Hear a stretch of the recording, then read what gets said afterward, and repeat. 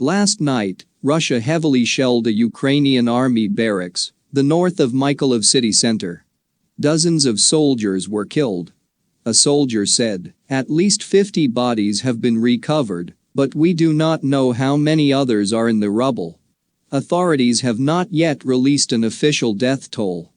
The military facility located in the north of the city was fully destroyed after being hit by several rockets on Friday morning. Head of the regional administration said, "Yesterday Russia hit our sleeping soldiers with a rocket in a cowardly manner. A rescue operation is underway." But he did not provide further details. Journalists at the site earlier in the day saw the bodies of 3 people, including a shredded corpse extracted from under the rubble by rescue workers. A survivor was also pulled out. Mykolaiv's mayor told local journalists that the city had been struck from the neighboring region of Kherson, now under Russian control.